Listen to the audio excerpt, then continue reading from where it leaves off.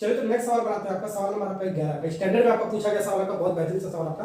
तो इस सवाल को बनाते हैं, the LCM of the smallest two digit composite number and smallest composite number is. चार ऑप्शन में से कौन सा ऑप्शन करेक्ट है ये आपको बताना है। तो सबसे पहले स्मॉलेस्ट नंबर आपको पता होना चाहिए, ठीक है, कंपोजिट नंबर का, ठीक है, ओके। तो यहाँ पर आपका तो सबसे पहले आपको कंपोजिट नंबर ही पता होना चाहिए, कंपोजिट, ठीक है, नंबर। ये क्या होता है? More than two factor, more than two factor, दो से अधिक वाले फैक्टर को क्या बोलते हैं? कंपोजिट नंबर बोलते हैं। और सिर्फ दो फैक्टर को क्या बोलते हैं? उसको प्राइम नंबर बोलते हैं, ठीक है। वो सब आपको पता होगा, बताया था मैंने आपको, ठीक। तो यहाँ पर एग्जांपल आपका क्या होता है कंपोजिट नंबर का, ये आपको याद होना चाहिए। 4 से स्टार्ट होता है, तो 4 सबसे छोटी कंपोजिट नंबर होता है आपका, ये आपको ध्यान रखना आपको, ठीक है, ओके। फिर 6 आएगा, फिर 8 आएगा, फिर 9 आएगा, फिर 10 आएगा, फिर 12 आएगा, फिर 14 आएगा, फिर फलाना ढिकाना ऐसे ही आता रहेगा आपका, ठीक है, ओके। ये आपको याद रखना है।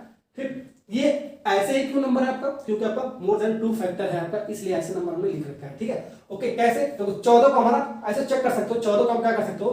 1 से भी कटेगा और 14 से भी कटेगा।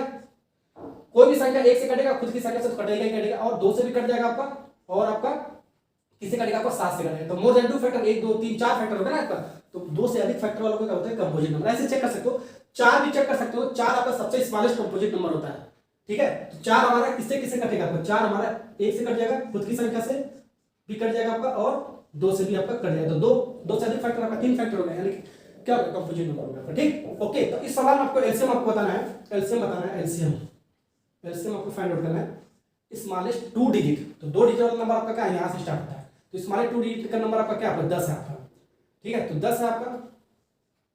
और स्मॉलेस्ट कंपोजिट नंबर 2 डिजिट का, सिर्फ स्मॉलेस्ट कंपोजिट नंबर पूछा है, तो सिर्फ स्मॉलेस्ट कंपोजिट नंबर का मतलब क्या होगा? 1 डिजिट का होता है, यानी 4।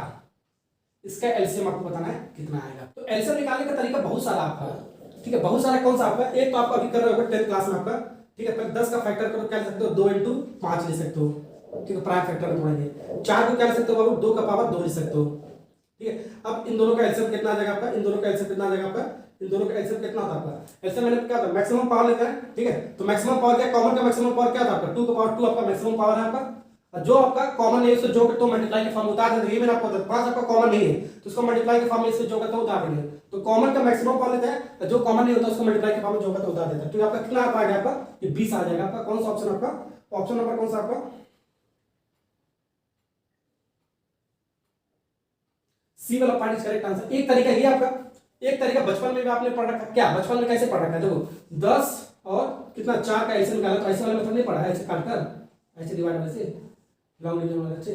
तो 2 से काटोगे 5 बार में जाएगा, फिर 2 से काटोगे 2 बार में जाएगा, फिर आपका 2 से काटोगे 5 बार में जाएगा, फिर एक बार में 5 ही जाएगा, एक बार में जाएगा, फिर 5 से काटोगे आपका कितना? आपका एक बार में एक बार। ये आपका 1 1 आपका बनना चाहिए आपको। ऐसे क्या होगा? 2 दूनी 4, ठीक है, 4 5 20, तो 20 आ गया आपका। ऐसे भी कर सकते हो।